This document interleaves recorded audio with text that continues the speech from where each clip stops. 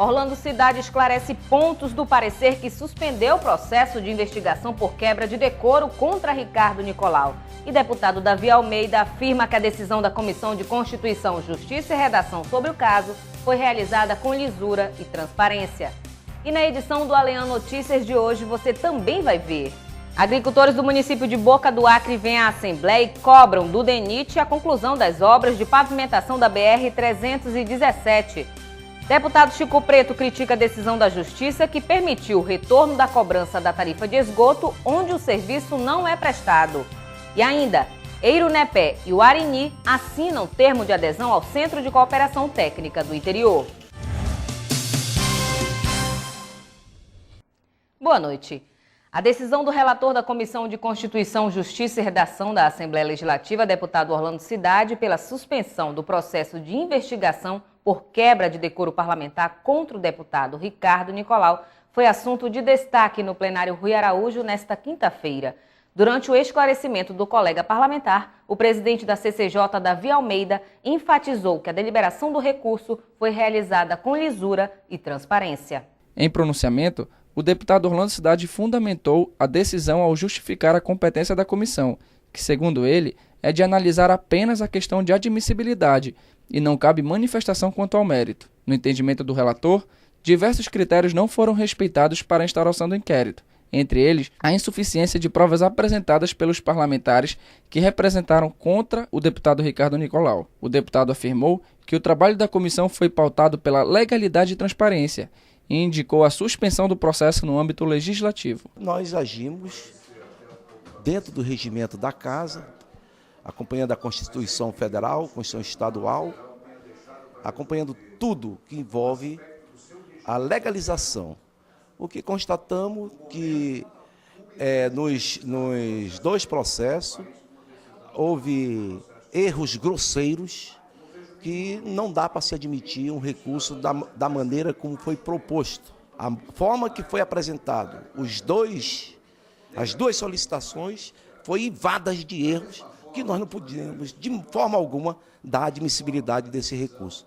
Então, fizemos sobrestamento para que lá na frente se julgue. Durante a manifestação do relator, alguns deputados pediram a parte para parabenizar a decisão. O deputado Abdala Frasch considerou legítima e consciente a postura do deputado Orlando Cidade, ao emitir um parecer técnico após analisar os fatos. O deputado estadual Davi Almeida, presidente da CCJ, reconheceu a atuação do relator do processo e classificou como constitucional as atitudes tomadas pela comissão. Para o parlamentar, os princípios institucionais foram resguardados, porque não cabe à Comissão de Constituição, Justiça e Redação analisar a quebra de decoro. Vossa Excelência relatou uma matéria das mais importantes desta casa. Eu, como presidente, eu posso dizer que estou tranquilo com relação à sua isenção e com relação ao seu compromisso com os princípios constitucionais. Reconheço a sua capacidade e reconheço a sua atuação à frente desse processo. Vossa Excelência agiu da forma como teria que agir, com isenção, falei anteriormente, agindo pelos princípios constitucionais, e eu quero aqui deixar claro, a Comissão de Constituição e Justiça, ela não analisa condutas de deputado, ela não analisa quebra de decoro, ela analisa admissibilidade e constitucionalidade. O deputado Ricardo Nicolau se manifestou a respeito da decisão da CCJ sobre o processo de investigação do suposto superfaturamento da obra do edifício garagem. O parlamentar se mostrou tranquilo e disse que aguarda a decisão do Tribunal de Justiça. Na Justiça nós teremos a oportunidade, de forma legal e técnica, de comprovar todos os atos que eu pratiquei na Assembleia Legislativa. Então, eu estou muito tranquilo com aquilo que foi feito. Agora, os membros da comissão aguardam a decisão do Tribunal de Justiça para voltar a se manifestar sobre o caso. Agricultores do município de Boca do Acre cobram do DENIT a conclusão das obras de pavimentação da BR-317. O convênio firmado entre os governos estadual e federal para a construção da rodovia foi cancelado após a identificação de irregularidades nas obras feitas pelo TCU. Agora, os produtores ameaçam fechar a via caso o problema não seja resolvido. O Uma audiência pública foi realizada na Assembleia para discutir o assunto. O contrato foi firmado em 2009 entre o Departamento Nacional de Infraestrutura de Transporte e o Governo do Estado para pavimentar cerca de 100 quilômetros da rodovia 317, que liga o município de Boca do Acre, no Amazonas, à capital Rio Branco.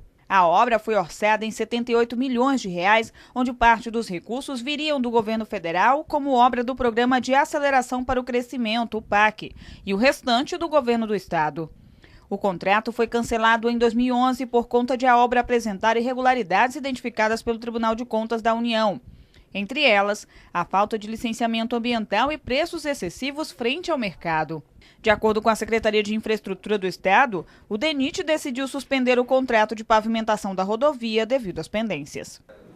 Ou seja, esse convênio foi extinto e foi repassado a assunção do restante da obra para ser concluída pelo próprio DENIT. Nós prestamos conta de tudo que foi feito e entregamos, foi feita a entrega para a obra para o DENIT e daqui para frente cabe ao DENIT desenvolver o restante do projeto. No total, 65 quilômetros da estrada foram pavimentadas, mas 2 trechos que compreendem terras indígenas estão pendentes. O DENIT afirma que está aguardando um levantamento que está sendo feito pela empresa responsável pela construção, para só então dar continuidade às obras da rodovia. O DENIT contratou uma empresa, o DENIT Brasília, contratou uma empresa para fazer exatamente o levantamento dessas obras remanescentes na 317. O DENIT não pode, neste momento, licitar a continuidade das obras porque não sabe exatamente o quantitativo que o Estado executou para que ele possa licitar esse remanescente. E é isso que está sendo feito e a previsão de conclusão desse levantamento é para outubro ainda deste ano.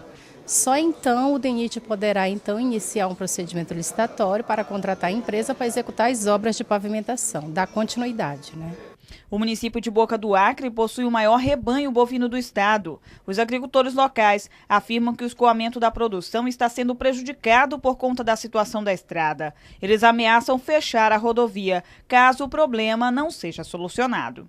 E para nós, produtores rurais e a população de Boca do Acre, ficam lá na lama, essa é a verdade. E tem o outro trecho na frente, que são 10,5 km, que está relacionado aí entre a divisa, que seria da Cunha Gomes.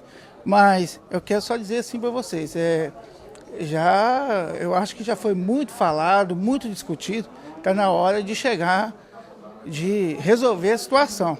Porque a população vai chegar um momento que não vai aguentar mais, aí vamos voltar a fazer paralisações, até nós produtores rurais, se não resolver esse ano, dar um ponto final nisso, a gente vai ter que começar a mobilizar outras ações para poder acontecer, porque não é possível, Uma audiência pública proposta pelo deputado Adilto Afonso discutiu o assunto. O parlamentar afirmou que a Assembleia Legislativa deve intervir no caso, já que a situação da rodovia está prejudicando a economia do estado. Hoje tem uma área que não foi pavimentada justamente por uma reserva indígena, que a gente quer saber se realmente essa obra está contemplada no PAC, se essa reserva indígena vai poder agora pavimentar e parece que mais 10 quilômetros que falta que justamente não foi contemplado. Nós esperamos que as pessoas envolvidas, o DENIT, a CEINFRA, nos digam que aqui a gente pode fazer um relatório. Se tivermos que ir a Brasília novamente, iremos a Brasília. O que não pode é a população ficar à mercê desse serviço tão importante para a região. Líder da maioria na casa, deputado Chico Preto, critica a decisão da Justiça em permitir que a tarifa de esgoto volte a ser cobrada, mesmo em localidades onde o serviço não é prestado. O parlamentar reafirmou o compromisso de continuar trabalhando para evitar a cobrança indevida. A cobrança da tarifa de esgoto havia sido suspensa após uma ação do presidente da Comissão de Gestão e Serviços Públicos da Assembleia Legislativa, deputado Chico Preto. A cobrança indevida era praticada desde 2004 pela concessionária Manaus Ambiental.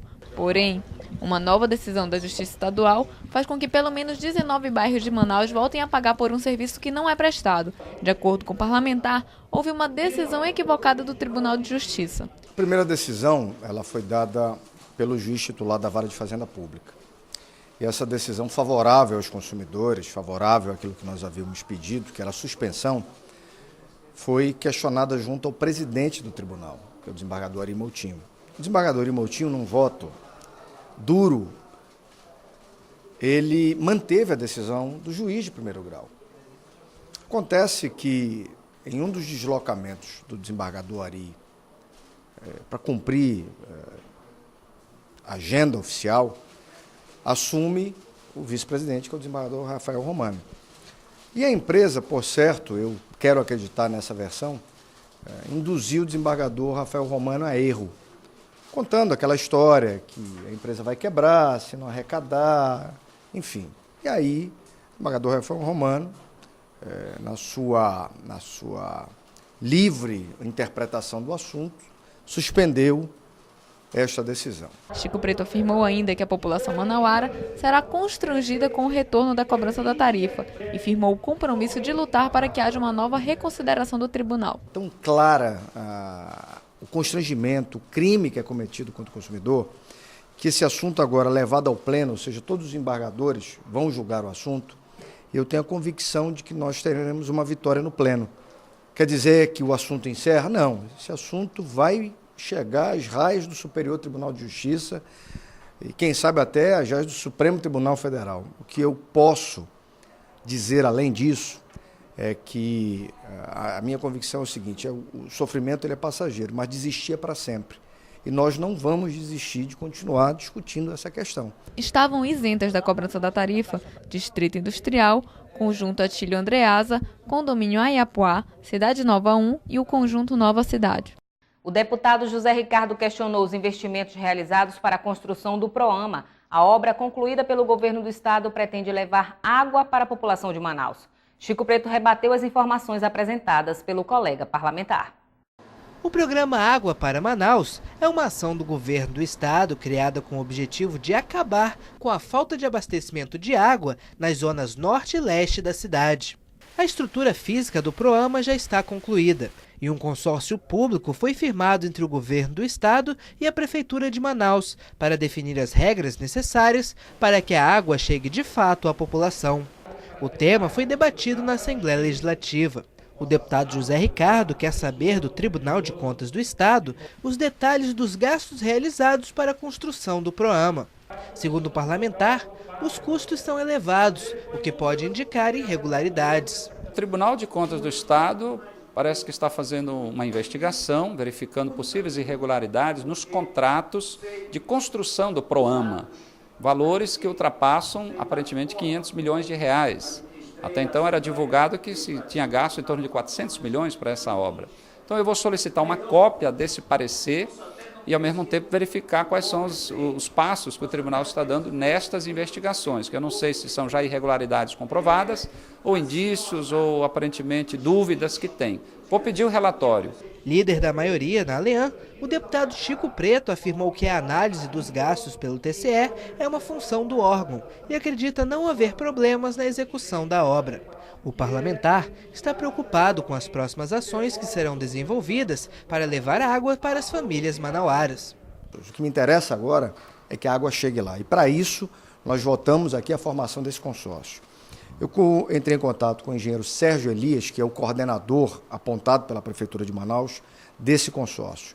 E nós estamos combinando com ele uma visita técnica aos bairros que estão sofrendo hoje, ajustes, obras, e vamos comprovar, porque ele mesmo já me disse, que tem muitos bairros que já estão com água 18, 20, 21 horas de água por dia, coisa que não tinha há pouco tempo atrás. Ainda não foi definido qual será a forma de gestão do serviço de distribuição de água fornecido pelo Proama. O deputado José Ricardo defende que o programa seja controlado pela administração pública. O deputado Sinésio Campos propôs uma sessão de tempo com o novo superintendente da FUNASA, Gedeon Amorim, para conhecer as ações desempenhadas pela instituição. A apresentação deve ocorrer na primeira quinzena de outubro. A Fundação Nacional de Saúde, mais conhecida como FUNASA, é um órgão que compõe o Ministério da Saúde. A instituição federal é responsável por desenvolver ações de acesso ao saneamento básico para a população. A FUNASA possui uma superintendência no Amazonas, que recentemente trocou a direção. Com o objetivo de descobrir as ações promovidas pelo órgão, o líder do governo na ALEAN, deputado Sinésio Campos, convocou a presença do novo diretor da FUNASA no plenário da Assembleia Legislativa. FUNASA tem um papel extremamente importante, leva água para as comunidades, atender demandas que na verdade estão reprimidas, né? E antes tinha um superintendente, que era o Rômulo, e agora tem o Gedeão Timóteo Amorim, que acabou de assumir. Então, independente de quem esteja sentado na cadeira, é dever de ofício vir prestar esclarecimento. É um órgão federal extremamente vital, principalmente para as comunidades interioranas, e é importante a gente ouvir um levantamento, o que a FUNASA de fato está fazendo para melhorar as condições de vida da população. A sessão de tempo que irá ouvir o superintendente estadual da Fundação Nacional de Saúde, Gedeão Amorim, deve ocorrer na primeira semana de outubro. Legislação atualizada. Município de Eirunepé e Uarini terão as leis e regimento interno das câmaras revisadas pelo SECOT. E mais, deputado Arthur Bisneto defende projetos que visam promover a acessibilidade aos deficientes no Amazonas. Essas e outras notícias no próximo bloco. Em casa, no carro ou no trabalho, você também pode acompanhar as atividades da Assembleia Legislativa através da Rádio Ali. Sintonize na FM 106,9 e não deixe de saber sobre projetos de lei, agendas e outros assuntos da Casa Legislativa Amazonense. Assembleia Legislativa do Amazonas, cuidando da nossa gente. Eirunepé e Uarini assinam termo de adesão ao Centro de Cooperação Técnica do Interior, o SECOT. A parceria permitirá que os municípios atualizem as leis orgânicas e regimentos internos, além de apoio técnico na criação de sites dos municípios. O presidente da Câmara de Uarini considerou positiva a possibilidade de atualizar as leis do município, localizado a 565 quilômetros de Manaus. De acordo com ele, a administração da localidade tem sido prejudicada, já que a lei orgânica já tem mais de 20 anos e precisa ser atualizada. A nossa lei orgânica ela é de 1990 e ela é altamente defasada e até surgiu o SECOT, a nossa Câmara não tinha um norte para procurar para que a gente pudesse melhorar essa situação. Felizmente, surgiu o SECOT e tão logo a gente soube da parceria, a gente procurou o SECOT para que a nossa lei orgânica e o regimento interno sejam atualizados, o que para nós é um grande feito, porque uma vez que a nossa lei orgânica e regimento interno são de 1990, dificulta muito a nossa administração. Para o presidente da Câmara de Eirunepé, a assinatura do termo de adesão é um reconhecimento ao trabalho desenvolvido no interior do estado. Raimundo Pinheiro destacou o esforço da ALEAN em levar desenvolvimento aos municípios por meio do SECOT, tanto com a atualização das leis, quanto com a doação de equipamentos às localidades. O SECOT e toda a sua equipe se coloca à disposição, isso não tem nenhum custo para as câmaras municipais. Agora, mais uma novidade boa é o site que a Assembleia Legislativa está proporcionando para as câmaras municipais. Eu já fiz minha adesão também, da forma que fiz com a lei orgânica, com o regimento, fiz também ao site, e vou estar passando todas as informações necessárias para que a gente possa, o mais breve possível, estar colocando no ar aí o site também da Câmara Municipal de Eirunepé. Isso valoriza as câmaras municipais, essa atitude da Assembleia Legislativa de auxiliar os municípios, as câmaras municipais, isso valoriza o nosso trabalho. O presidente da Assembleia Legislativa, Josué Neto, ratificou o compromisso da Casa em atualizar as leis de todos os 61 municípios do interior do estado para que haja adequação à Constituição Federal. O trabalho do SECOT a gente sempre tem dito que é um trabalho de extrema importância para o povo do Amazonas, né? A partir do momento que a Assembleia Legislativa consegue realizar um termo de cooperação com alguma Câmara Municipal, e hoje, nesse caso especificamente, com os municípios de Uarini e Eirunepé, vai modificar para melhor, com certeza, o dia a dia dos munícipes dessas duas cidades, Uarini e Eirunepé. Porque quando a gente muda a lei orgânica do município e quando a gente muda para melhor, e quando eu falo a gente, na verdade são os vereadores que fazem esse trabalho, porque nós apresentamos algumas sugestões e eles votam a respeito dessas matérias, são leis que com certeza vai melhorar o dia a dia da população. A presidente da Câmara de Barcelos, que já havia assinado a parceria, também participou da reunião e falou da importância do SECOT ao permitir que as leis sejam elaboradas de acordo com as constituições federais e estaduais. Com certeza, nós já assinamos o termo de adesão e nós precisamos desse termo de cooperação técnica para que nós possamos estar fazendo a revisão da nossa lei orgânica, do nosso regimento interno, dentro das leis, né, que regem o nosso, no caso, a Constituição Estadual, que rege o nosso Estado, e a lei máxima, que é a Constituição Federal. Então, nós precisamos de pessoas capacitadas para estar nos orientando, para que possamos estar fazendo a nossa lei de forma correta. O deputado estadual Abdallah Frasch afirmou que já tem percebido mudanças positivas nos municípios que têm parceria com o SECOT. Com certeza, a implantação do SECOT pela 17ª legislatura da Assembleia Legislativa do Estado vai ser, a meu ver, uma das mais importantes iniciativas que essa nossa legislatura vai ter para quando passar para a história do nosso parlamento do Amazonas. E eu tenho certeza que os reflexos já estão começando a ser sentidos. A capacitação, a melhoria na qualidade legislativa das nossas câmaras municipais já começa a ser visto. Os nossos vereadores já têm uma competência melhor para a elaboração das leis. A própria prefeitura, através do treinamento dos seus funcionários, que o SECOT também propicia, também já começa a ter um retorno positivo para a comunidade. Enfim, eu acho que esse projeto realmente vai ficar para a história como uma das boas iniciativas que essa casa teve ao longo da sua história. Os regimentos internos e leis orgânicas devem demorar de 30 a 60 dias para serem concluídos. A Assembleia também disponibiliza aos municípios do interior bens inservíveis à casa e cursos de aperfeiçoamento por meio do sistema de IPTV.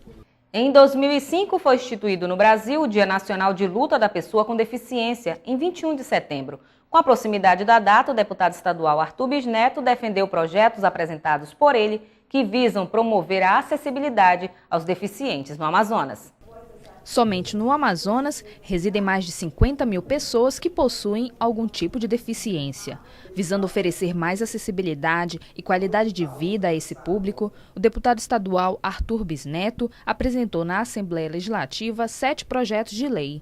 Um deles é voltado para o acesso à leitura, com a inclusão de livros digitais, em áudio e ainda em braille. O acervo deverá ficar disponível em todas as bibliotecas públicas, privadas e universitárias do Estado. Na busca de incluir digitalmente os portadores de deficiência, o parlamentar protocolou um projeto que torna obrigatória a adaptação de computadores para ser utilizados por eles. Bisneto também apresentou o projeto que instala em ônibus que fazem rota intermunicipal e interestadual dispositivos sonoros que permitem avisar ao passageiro deficiente os próximos pontos de parada por qual irá passar.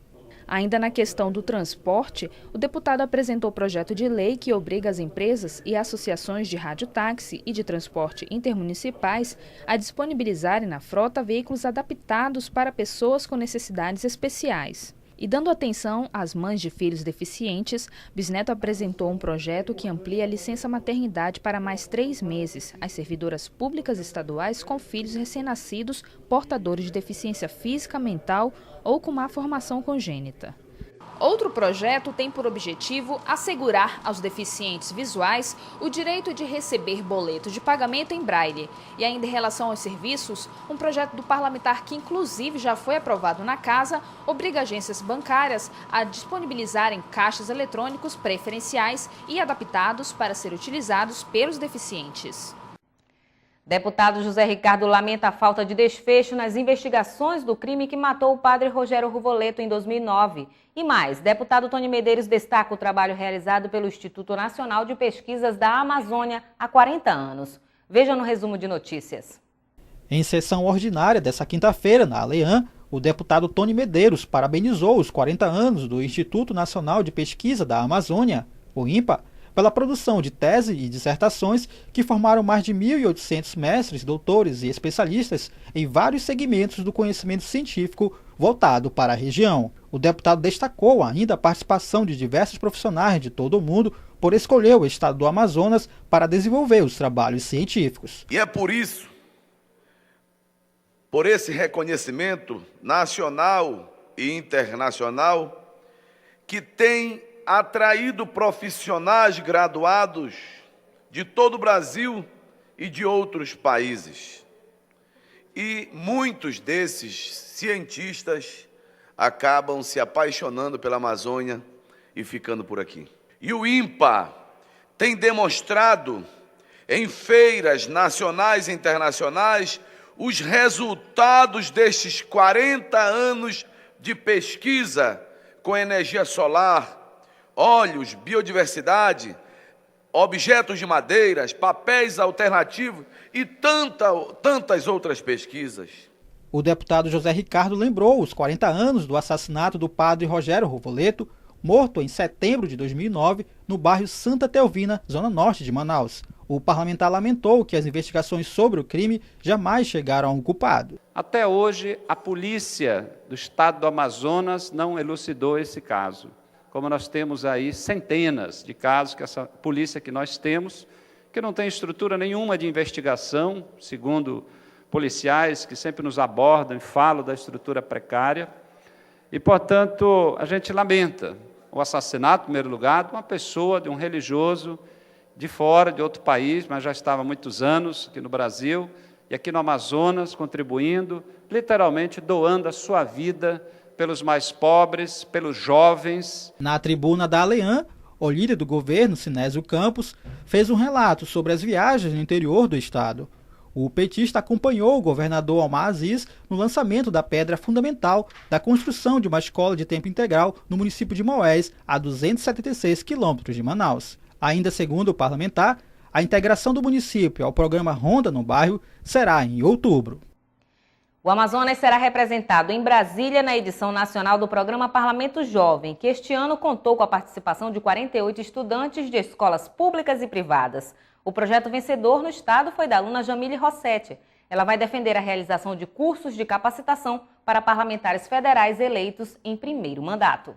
2 semanas de preparo, assistindo sessões plenárias, participando de cursos e palestras para entender como funciona o poder legislativo. Esse foi o Parlamento Jovem da edição 2013 da Assembleia, que contou com a presença de alunos de escolas públicas e privadas do estado, no qual foram apresentados pelo menos 300 projetos. O resultado de todo esse trabalho foi a escolha do projeto de lei da estudante Jamile Rossetti, aluna do 3º ano do ensino médio da escola CIEC, em Manaus, que irá representar o Amazonas na edição nacional. Jamile destacou a satisfação em participar do programa. Uma satisfação com certeza muito grande, né? Porque eu concorri com vários projetos e eu sei que teve muitos projetos bons. Eu estou muito honrada de o meu projeto ter sido escolhido. Eu espero realmente que ele consiga virar uma lei e é muita responsabilidade, com certeza, estar representando um estado todo, mas eu estou me preparando bem para chegar lá e fazer bonito. O projeto dispõe sobre a criação de cursos de capacitação para deputados federais que ingressarem no parlamento em primeiro mandato. Segundo a aluna, o intuito é preparar os políticos para representar a população e citou como exemplo de despreparo o deputado e cantor Tiririca, eleito com mais de 1 milhão de votos. O que é que faz o deputado federal? Na realidade, eu não sei, mas vote em mim que eu te conto. Jamile destacou os objetivos dela durante a edição nacional. Primeiramente é chegar lá e ser presidente do Parlamento Jovem Nacional. Então, a gente chega no domingo e na segunda já é a posse. Então, eu estou tendo contato com os outros deputados jovens dos outros estados, para ver se eu já consigo conquistar alguns para chegar lá e ter esses votos. E defender também meu projeto para que ele seja também escolhido lá, e não só pelo Amazonas, mas pelo Brasil todo. A estudante irá para Brasília no próximo dia 22 e concorrerá com mais 72 representantes de outros estados brasileiros. E confira agora a nossa agenda parlamentar. Dia 20. Deputado Sinésio Campos promove sessão especial em homenagem aos 10 anos do projeto Barco Pai, no estado do Amazonas, às 10 horas da manhã, no plenário Rui Araújo. E mais, CPI da telefonia presidida pelo deputado Marcos Rota realiza audiência pública na Câmara Municipal do município de Presidente Figueiredo. E mais, Deputados José Ricardo e Vanderlei Dallas realizam audiência para tratar sobre as políticas públicas para a juventude, às 9 horas da manhã, no mini plenário Cônego Azevedo. E ainda, deputado Tony Medeiros promove a primeira Conferência Livre de Cultura do Estado do Amazonas, às 2 da tarde, no mini plenário Cônego Azevedo. E você vai ver agora o que foi destaque no Alean Notícias de hoje. Orlando Cidade esclarece pontos do parecer que suspendeu o processo de investigação por quebra de decoro contra o deputado Ricardo Nicolau. Produtores de Boca do Acre cobram do DENIT a conclusão das obras de pavimentação da BR-317. E ainda, municípios de Eirunepé e Uarini assinam termo de adesão ao SECOT. E nós ficamos por aqui. Para sugestões de reportagem, tvalean@alean.gov.br. Mais informações sobre a atuação parlamentar, acesse o site da Assembleia e nossas redes sociais. Esta edição também estará disponível no YouTube no canal Alean. Uma ótima noite para você e até amanhã com o resumo da semana.